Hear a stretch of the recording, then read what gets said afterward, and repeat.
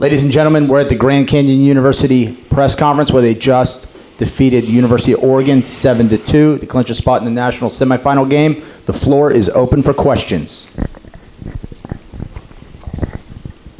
Rich, first off, congratulations on the victory tonight. You guys put together two, back-to-back very impressive performances.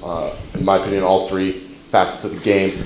Can you talk a little bit about, how you guys approach this game tonight going against the number one team in the tournament, let alone one of the best teams in the entire nation? The hardest thing out here is we don't know who each other is out here. I mean, it's great because they don't know, I guess, how to pitch to our hitters, and we don't know how to pitch to theirs. So it's always, a flip of a coin out there. But we knew Jarrett was on the hill. I mean, we know we're going to get a great start out of him, and he's going to allow these guys to put the ball in play. And our defense is strong. Our defense makes their plays, and we keep swinging it. We'll be all right. Justin, let's start with you. You had a big two-run single there in the big fourth inning, and tell us about that. And then you also obviously caught a great game tonight. Talk a little bit about that for us. Yeah, so the two-out single, their starter had a good slider. So, you struggled with it early on a little bit, but once you made that adjustment, we were able to pick it up and put it in play. And, you put balls in play and you let good things happen.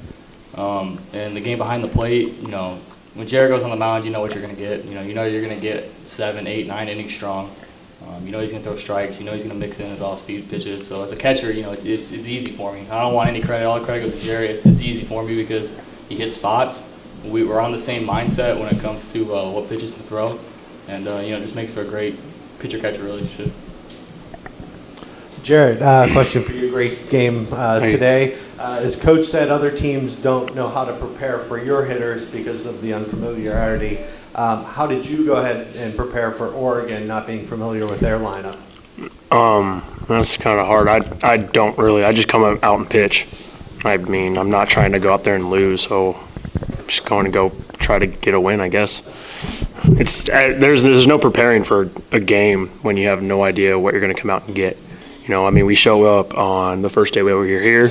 We watched that game against Oregon and A&M, so I guess you can kind of see batters, but there's no preparing for this. Sometimes we don't want to change what we're good at. And so we're not going to change how he pitches, and, we're not change how we hit. We just do what we do, and if we've got some tendencies, we'll make some adjustments, but Jarrett is who he is. Coach, you used 4 pitchers in game one. Tonight you only used 1. Obviously, that's a big plus. But tell us how that affects your outlook for Tuesday night. Yeah, Tuesday night, pretty much Joel and Jarrett will not be available.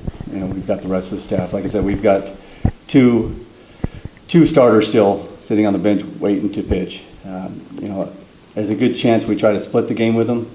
But once you hand the guy, the baseball and he's doing well, you're just going to run him and keep running him out there. Like I said, we'll watch that game tomorrow and see maybe who the best candidate is to put on the hill.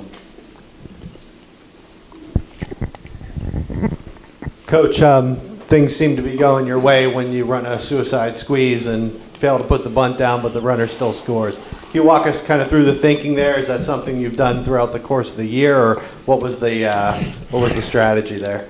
Yeah, that was our second time attempting a suicide squeeze this year. You know what? It felt right. We had put a couple on the board already that inning, and we got second and third. You got 1 out. I think the count was 2-1, possibly 1-1. It was just the right situation. It felt good. Apparently, we got to practice bunting off the turf because that was a tough play, but luckily it kicked. And like you said, when things are going our way, it went our way a little bit. Even some of our struggles hitting the slider, when we did hit it, it wasn't really the hardest hits, and they were, sneaking into the outfield for us. So we were fortunate today.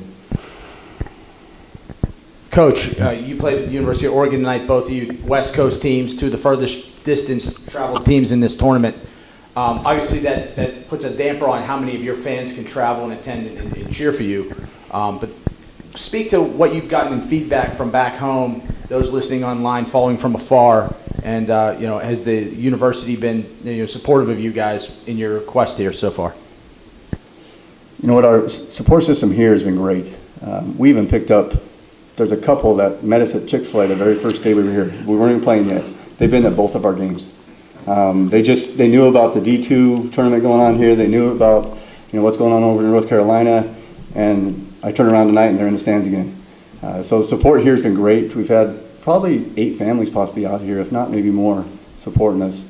Back home, I watched a little bit of the game yesterday. I listened to it, and following the thread there, you could see there's definitely following from our players, family, aunts, uncles, and that kind of thing. So it's been pretty special being here. Universities, our club sports follows us. We've got our sports information director's been writing articles after our games as well. So I'm sure as I get home tonight, he'll be getting a couple of us on interview and doing the same thing here, and he'll write a story about it and probably have it in play by tomorrow morning.